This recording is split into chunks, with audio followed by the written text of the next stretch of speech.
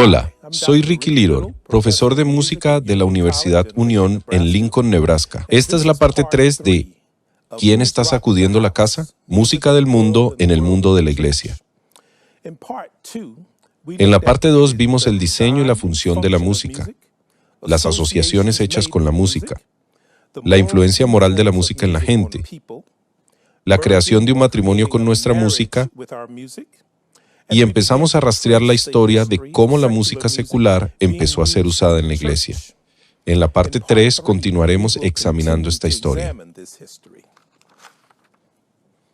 A finales del siglo XIX, el Ejército de Salvación incorporó tonadas pop seculares en su ministerio. Esta es la narrativa de esa historia. Los salvacionistas adaptaron varios estilos y tonadas musicales a sus propios propósitos. Booth favoreció la banda de instrumentos de bronce por su potencia como forma actual de música popular. Fue una de las formas en que aprovechó la cultura popular para su causa. Él fue rápido en apreciar el valor de canciones buenas y excitantes en sus reuniones. En 1876 publicó Revival Music, una colección de himnos y coros bien conocidos para ser usados en la misión cristiana. Y 3 años después, este fue vuelto a publicar como el primer libro de canciones del Ejército de Salvación. Aún así, Booth no estaba satisfecho con esas tonadas, pues eran muy solemnes para sus oídos. Ya para inicios de 1867, sorprendió a otro salvacionista al cantar «Oh, cuánto amo a Jesús», con una tonada de juglar. El ejército tomó docenas de canciones de las salas de conciertos y escribió letras nuevas para ellas. Estas tonadas eran bien conocidas y fáciles de cantar. Así que, en resumen, Booth quería apelar a las masas con la música popular de su día para atraerlos a su causa. Pensaba que las canciones religiosas de su época eran muy solemnes. En 1884, un corresponsal escribió que, a los ojos del Ejército de Salvación, la música era una carnada para atrapar al gentío común y llevarlo al servicio del ejército. Las ventajas de usar esas melodías populares son obvias. Primero, son tonadas pegajosas. Su popularidad lo demuestra. Segundo, la gente ya las conoce. Ya las ha estado silbando en las calles, las ha escuchado en las salas de conciertos o las ha sacado de las organetas. Lo que quiere el ejército es que la persona del común, que puebla sus barracas y salas, escuche y cante para que la batalla sea ganada. Estas adaptaciones tempranas de la música popular hicieron que el ejército interactuara con la cultura popular de la época y su método predilecto de hacer esta música era la banda de bronces. Las bandas de bronces eran extremadamente populares en ese tiempo. Ahora veamos la música evangélica. Avancemos al siglo XX. En el mundo de la música evangélica se considera a Thomas Dorsey como el padre de la música evangélica, un pianista de blues y un compositor prolífico. Bajo el seudónimo de Georgia Tom, tuvo actuaciones con el artista de blues Ma Rainey y su banda de jazz Wildcats. A principios de la década de 1930, el señor Dorsey creó la música evangélica, la cual casó el blues secular con los textos sagrados. Escribió más de 400 composiciones, pero es más conocido por Take My Hand, Precious Lord. Dorsey empezó a desarrollar una música sagrada con base en el blues secular. Contaba con notas sincopadas en una estructura de blues de 8 barras. Dorsey denominó a su música blues evangélico, debido a la similitud de sus ritmos y vocales evangélicos con los escuchados en clubs de blues y jazz. Empleó el patrón de llamada y respuesta en sus canciones, a menudo encontrado en iglesias de negros. Darcy trajo sus propias ideas a la música eclesiástica. Insistió en que el propósito de su música no era derribar las iglesias tradicionales, sino dedicar sus dones musicales a Dios. Dijo, no estaba tratando de cambiar la música eclesiástica, sino que me topé con algo que la cambiaría, algo que Dios me dio. Según su criterio, obtuve mi autoridad de Dios mismo. Darcy había experimentado uno o dos eventos que le cambiaron la vida. Perdió a su esposa y un hijo, y estaba entrando y saliendo del negocio de composición para la iglesia. Si no era exitoso, se regresaba a tocar blues. Luego algo pasaba y regresaba a la iglesia. Así pasó. Ahora hablemos de la hermana Rosetta Tharpe. Fue la primera superestrella de la música evangélica. Llevó canciones evangélicas a los clubes, por lo que hizo lo opuesto. La revista Live escribió esto de ella en 1939. Cantante toca las mismas canciones en la iglesia que en el club nocturno. Era bien querida en su esfera como cantante evangélica y también en la iglesia, antes de aventurarse a cantar en los clubes. De hecho, ella firmó un contrato, aunque creo que no entendía del todo lo que había firmado, pero debido a eso tenía que cantar lo que su gerente le decía. Así lo hizo y así fue que la música evangélica ingresó a los clubes nocturnos. El Salón de la Fama del Rock and Roll, al escribir acerca de figuras esenciales en la historia del rock and roll, dijo esto sobre la hermana Rosetta Tharpe. Si no hubiera estado allí como modelo de inspiración, Elvis Presley, Little Richie, Johnny Cash, Jerry Lee Lewis y otros originadores de la música rock hubieran tenido carreras distintas. Nadie merece estar en el Salón de la Fama del Rock and Roll más que ella.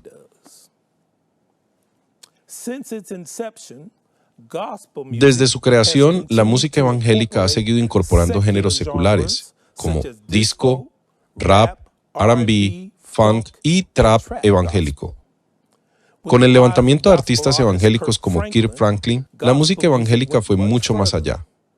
Más o menos se resume en la siguiente cita sacada de un artículo reciente de Vibe.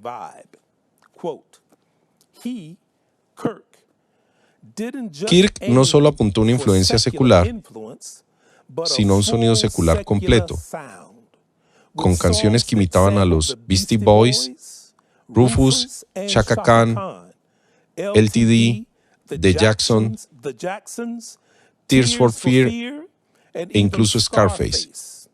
Rehacía las canciones populares de los 80, sí, para que fueran calenturientas, sí, calenturientas para el Espíritu Santo. Era parecido a cuando los papás mezclan vegetales a escondidas en los platos favoritos de sus hijos, solo que con Jesús en vez de brócoli. Franklin creaba música evangélica que no solo lo movía a uno a las lágrimas y a la adoración, sino también a bailar. No solo bailar para alabar, sino bailar por bailar en el club. Aunque positivos en sus puntos de vista, estos dos artículos nos dan un resumen en cuanto a la forma en que la música evangélica incorporó géneros seculares contemporáneos. Ellos rastrean la historia y, como dije, aunque están de acuerdo en decir que esto está bien, que no pasa nada con mezclar el funk, el disco y el trap con la música evangélica, sí sirven para echar un vistazo al cómo y cuándo pasaron estas cosas. Jazz. En 2015, SF Jazz publicó el siguiente artículo para conmemorar un concierto dado por el ícono del jazz, Duke Ellington. Cito: hace 50 años, el 16 de septiembre, Duke Ellington llenó la exorbitante nave gótica de la Catedral Grace de San Francisco con los sonidos sublime y alborozadamente joviales de su primer concierto de música sagrada. Habiendo sido comisionado por la Catedral Episcopal para ayudar a consagrar el nuevo santuario, Fue una ofrenda a Dios, en el estilo amistoso de Ellington, lo que le permitió al compositor, como él mismo dijo, decir abiertamente lo que me he estado diciendo de rodillas. Ellington llamaba a sus conciertos lo más importante que he hecho. El crítico Gary Giddins caracterizó estos conciertos como si Ellington llevara un repaso del Cotton Club a la iglesia. La revista Ebony dijo que esa actuación fue histórica y la situó como parte de un movimiento mayor en los 60 que juntó al jazz con la religión. Unos compañeros extraños. El primer domingo de octubre de 1965, el reverendo John García Hensel fue el anfitrión de la primera vespertina de jazz en la iglesia luterana de San Pedro, en Nueva York, como un ministerio de jazz para músicos de jazz. Hensel dijo: vamos a darle al Señor de los mejores sonidos que salen de la ciudad de Nueva York. Como podrán ver por los títulos de los dos siguientes artículos, el movimiento ha crecido con los años, con una gran cantidad de razones usadas como justificación. Aquí hay algunas de esas razones. Primera, se celebra el jazz como una fuerza vibrante, creativa y cohesiva que brinda nutrición espiritual y permite una comunidad inclusiva. Segunda, el jazz expresa una adoración vibrante y un ministerio visionario. Tercera, el jazz es una fuerza espiritual que beneficia a la comunidad. Cuarta, el jazz, una música honesta, es creada a raíz de la belleza de Dios. Le da permiso a la gente de ser creativa y de abrir sus almas. Quinta, el jazz forma una comunidad donde se pueden sentir los espíritus presentes. Sexta, el jazz es otra expresión. Es simplemente otra manera de encontrar a Dios. Séptima, el jazz es algo que puede atraerlos y hablarles de una manera totalmente distinta a la de la música clásica. Y octava, el ministerio de jazz proclama el Evangelio de Jesucristo. Solo diré que apuesto a que los fundadores del jazz no tenían idea de que estaban promoviendo la causa de Cristo y el ministerio del Evangelio. Cuando crearon el jazz en las salas de baile y en los prostíbulos de Nueva Orleans con el fin de entretener a los hombres que esperaban su turno de tener una experiencia comunal con las prostitutas.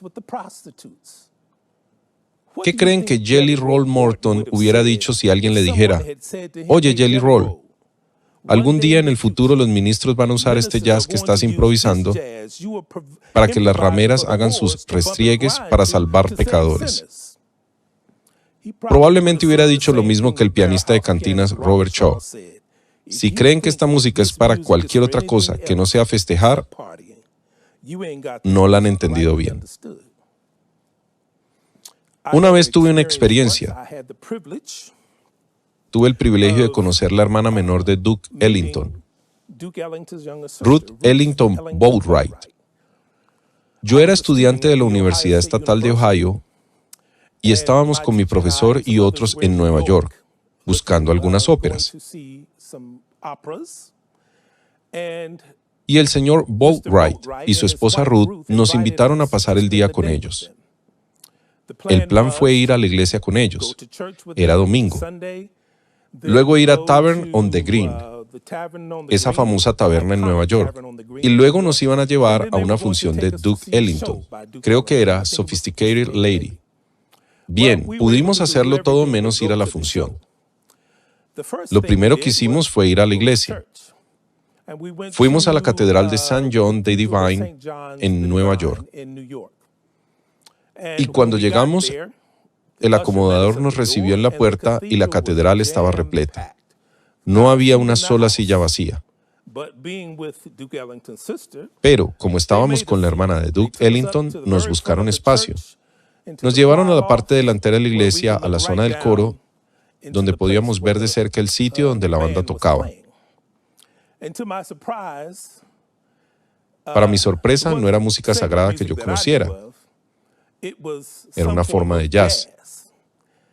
Esa fue mi primera experiencia de escucharlo en la iglesia Y claro, me hizo preguntarme, ¿por qué están tocando jazz en la iglesia? Hablaremos más de eso luego. Rock and roll. Las siguientes son citas que documentan el surgimiento del rock and roll en la iglesia. La creciente popularidad del rock and roll en los 50 fue inicialmente ignorada por la iglesia, pues se creía que fomentaba el pecado. Con todo, debido a la adaptación de las iglesias evangélicas para atraer a más personas, los estilos musicales usados en la adoración también cambiaron al adaptar los sonidos del estilo popular. El género llegó a ser conocido como música cristiana contemporánea, como resultado del reavivamiento del movimiento de Jesús a finales de los 60 e inicios de los 70, y fue originalmente llamada música de Jesús. Fue durante el movimiento de Jesús de los 70 que la música cristiana empezó a convertirse en una industria en sí misma. La música de Jesús inició con instrumentos y canciones sobre el amor y la paz, las cuales luego se tradujeron en amor a Dios. Paul Gougelemuth, quien escribió el libro Rethinking Church Music, dijo: los 70 verán una adaptación marcada de música influenciada por el rock en todos los niveles de la música eclesiástica. El estilo rock será más familiar para todos. Sus excesos rítmicos serán refinados y sus asociaciones seculares antiguas serán menos recordadas. Larry Norman es frecuentemente recordado como el padre del rock cristiano, debido a sus contribuciones tempranas, antes del movimiento de Jesús, al desarrollo del nuevo género que mezcló los ritmos del rock con los mensajes cristianos. Aunque su estilo no fue bien recibido al principio por muchos en la comunidad cristiana de la época, durante su carrera siguió creando canciones polémicas de rock duro, como ¿por qué debería el diablo quedarse con la música buena? Bueno, al menos le dio el crédito al diablo, muchos no lo hacen. Es recordado como el primer artista que combinó el rock and roll con letras cristianas en el Salón de la Fama de la Música Evangélica. La letra de la canción del señor Norman, ¿por qué debería el diablo quedarse con toda la música buena?, dice: no critico los himnos, solo denme algo que tenga ritmo. No critico los himnos, solo denme una canción que mueva mis pies. No me gusta ninguna de esas marchas funerarias. Todavía no estoy muerto. Vaya manera de exaltar la gloria. Parece que hubiera recibido asesoría de John Philip Sousa. Quería música para los pies en vez de para el corazón. La música cristiana contemporánea se convirtió en una colección amplia y diversa de estilos musicales, demasiado variada para ser definida.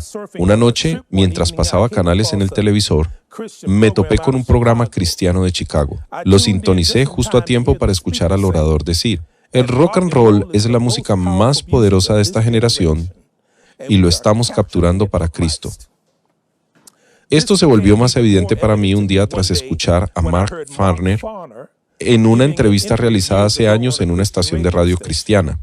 Mark Farner era el guitarrista principal de un grupo de rock bastante popular en los 70 llamado Grand Funk Railroad, y evidentemente se había vuelto cristiano. Yo conocía su música como la palma de mi mano, y no hay mucho rock and rollero de la época que no conozca esta canción. Cuando el señor Farner terminó la entrevista, empezó a tocar la canción Some Kind of Wonderful. La canción trata de una mujer y la letra dice así: no necesito mucho dinero, no necesito un automóvil grande y fino. Tengo todo lo que un hombre querría. Tengo más de lo que podría pedir. No tengo que ir de aquí para allá. No tengo que desvelarme, pues tengo una dulce y amante mujer, y ella sabe justo cómo tratarme. Pero mi nena está bien. Mi nena no se exhibe. ¿No lo sabes? Ella es algo parecida a maravillosa. Cuando Mark llegó al final del primer verso, cambió las palabras y en vez de cantar sobre la mujer, empezó a cantar sobre Jesús. Pues tengo un dulce Salvador como el mío, y Él sabe justo cómo tratarme, pero mi Jesús está bien. Mi Jesús no se exhibe. ¿No lo sabes? Él es algo parecido a maravilloso. No hubo cambios en la música en sí, solo las palabras. Cuando escuché eso, como ex rock and rollero que soy, pensé, eso suena muy forzado. El nombre del álbum de donde salió esta canción era All the Girls in the World Beware, que todas las chicas del mundo se cuiden. Lo que él hizo con esa canción fue exactamente lo mismo que se hizo con la canción que vimos antes, de Ashgrove, así como con muchas otras canciones seculares en los últimos 500 años. Aquí tenemos las perspectivas de algunos artistas de música cristiana contemporánea, o MCC, que usan el rock and roll para Jesús. Amy Grant, una de las artistas más exitosas de MCC, dijo, voy a ser despiadada en este negocio. Quiero estar en el mismo nivel profesional que los artistas en todas las áreas de la música. Me encanta escuchar a Billy Joel, a Kenny Loggins y a los Doobie Brothers. ¿Por qué no? Mi intención es ser un puente entre la música cristiana y el pop. Somos evangelistas de rock and roll, dijo el baterista Robert Sweet a los 24 años. Stryper es un Juan el Bautista moderno que clama en el mundo del rock en busca de los que no tienen la vida de Cristo, para que puedan encender la luz. Nuestro mensaje es J-E-S-U-S. Otra cita. La gente compra mis discos como si fueran de música bailable moderna, pero no quieren sentirse culpables al apoyar una música con letra horrible, dijo Steve Taylor a los 27 años, quien canta sus propias canciones. El rock se asocia con la maldad, pero es por culpa por asociación. La música es música y es el vehículo de expresión para mi generación. Es más o menos lo mismo que dijeron del jazz. Greg Faust, director de programación, dijo, nuestra estación ofrece una alternativa a Prince y Madonna. No ponemos letras basura ni echamos chistes obscenos. Ofrecemos canciones divertidas y limpias sin martillarle la cabeza con la Biblia. Como podemos ver, los músicos han estado trayendo la música del mundo al mundo de la iglesia por cientos de años. Y con la evolución de los dispositivos de grabación, la radio, la televisión y la industria de la grabación, esta tendencia ha crecido de forma exponencial en los últimos 90 años y lentamente se ha arraigado en la iglesia cristiana. De género en género, las razones explícitas para hacer esto se solapan en su mayoría. Y aunque hay mucha racionalización y proclamaciones en cuanto a los porqués, los que lo hacen y lo respaldan fracasan en dar una justificación bíblica sólida a favor o en contra de la práctica. Siempre que se ha introducido un estilo musical popular, ha habido oposición por parte del establecimiento. Fue cierto con la música evangélica y también con el rock. El pueblo vociferó estar en contra del ingreso de esa música como forma apropiada de adoración. Pero a medida que pasó el tiempo y que la música ganó el terreno y los seguidores en las iglesias, parece que la mayoría de los opositores fueron desapareciendo. En eso contribuyó el que la gente fuera adoctrinada con el nuevo sonido, lo que normalizó el asunto. Al menos hasta que alguien intenta sobrepasar los límites un poco e intenta meter otro estilo secular de moda a la iglesia en el nombre de Jesús, claro. Esto está pasando con el polémico debut actual del trap evangélico. La aceptación de las masas nunca parece darse de una vez, lo cual es congruente con la experiencia humana. Otro punto que nunca es considerado seriamente por los proponentes cristianos de esta tendencia es la existencia, el plan, el propósito y los intereses que el enemigo tendría al impulsar tales tendencias en la iglesia. Su nombre es usualmente mencionado, solo de forma incrédula, en la frase «la música del diablo», cuando se habla de estas formas seculares. Le quita peso a la idea de que el diablo, si es que existe, podría estar detrás de la creación de cualquiera de esta música. Los músicos cristianos que inundan el mercado con esa música Ciertamente no le dan al diablo el crédito por meterla en la iglesia. Ellen White escribe acerca de cómo el adversario obra mediante sigilo y disfraces en largos periodos de tiempo para generar cambios a través de sus tentaciones. Satanás no expone todas sus tentaciones a la vez. Las disfraza con una máscara de bien, mezcla con diversiones y extravagancias algunas pequeñas ventajas. Son las artes infernales de Satanás enmascaradas. Las personas engañadas dan un paso y se preparan para el siguiente. Es mucho más placentero seguir las inclinaciones del corazón que estar a la defensiva y resistir la primera insinuación del astuto enemigo, y así impedir sus intrusiones. ¿Qué arte, qué habilidad, qué agudeza se ejerce para inducir a los profesos seguidores de Cristo a unirse con el mundo en busca de felicidad por medio de las diversiones que ofrece, bajo la ilusión de que puede obtenerse algo bueno?